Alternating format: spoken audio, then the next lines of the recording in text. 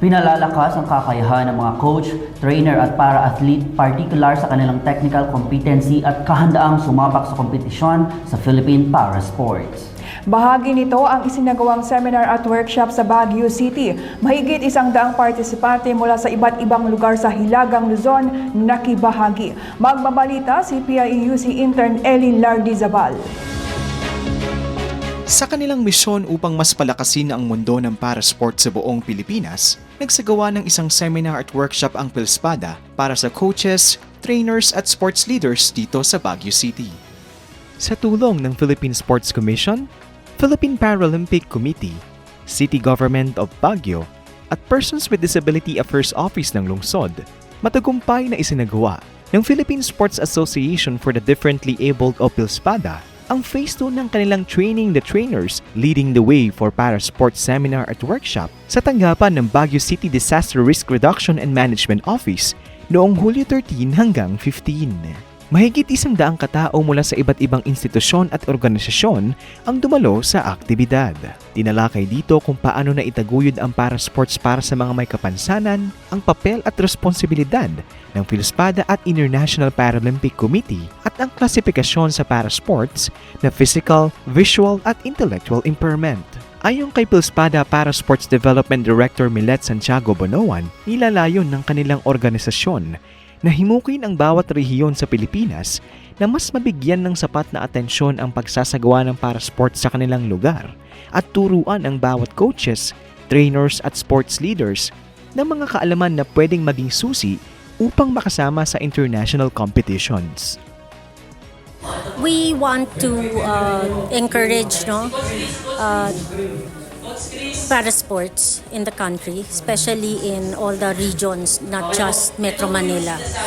And part of this, of course, is that they have to understand the requirements that are needed in order to reach international level. Ibinahagi rin ni Bonoan na malaki na ang naging progreso ng kanilang misyon sa pagpapalakas ng para-sports ng Pilipinas dahil mas dumadami ang bilang ng para-athletes, partikular sa hilagang bahagi ng Luzon, at napataas din nila ang kamalayan ng Pilipino patungkol sa nasabing sports. Oh yes, madami, especially here in North Luzon.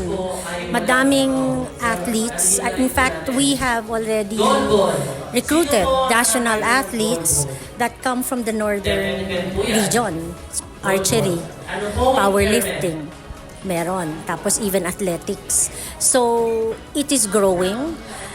There's an increased awareness and many young athletes, kasi we really want to develop the grassroots, are able to join, no? Even if it's just recreation. Para naman kay Agustina Maximo Bantilok, ang pinakaunang Pilipinong para-athlete na lumahok sa 2024 Para-Archer Olympics sa Paris, France, malaking bagay ang aktibidad, lalong-lalo na sa mga bagong atleta dahil matutukoy agad kung saan sila napabibilang na klasifikasyon. Malaking tulong ito sa amin, lalong-lalo na dun sa mga bagong papasok na atleta, yung mga aspiring athlete, kasi dito pa lang malalaman namin kung ano po yung classification nila, saan sport po sila dapat, para pagpunta doon sa parang national, wala maiiwasan po yung mga DQ na nangyayari. So, ito ay isang magandang activity na naiano sa atin ng PhilSpada na para ma-identify natin kung sino din yung mga potential na magiging atleta in the future. Mensahe naman ni Ariel of Daniela sa gobyerno, mas paigtingin pa ang kanilang pamamahagi ng impormasyon upang mas maabot ang ibang PWDs na nasa laylayan at makasali sila sa mga aktibidad tulad ng para-sports. Sana po mabigyan din po yung pagkakataon yung mga ibang PWD na nasa laylayan o kaya yung mga hindi na aabot ng mga information na ganito. Sana po lahat po mapasali po para ma-mainstream din po sila, makasalamuha din nila yung mga kapwa nila PWD at ma-overcome nila yung pagkamahiyain po. Yun po sana magawan po ng paraan ng mga pamahalaan, lalo na sa lokal, para mahanap din yung mga ibang mga PWD na may mga talento o kaya skills na ganito para mapasali po sila. Sa pamamagitan ng mga aktibidad na tulad nito, mas nagiging kompetitibo ang mga gumagabay sa mga taong may kapansanan at mas nagiging inklusibo ang Philippine Para Sports.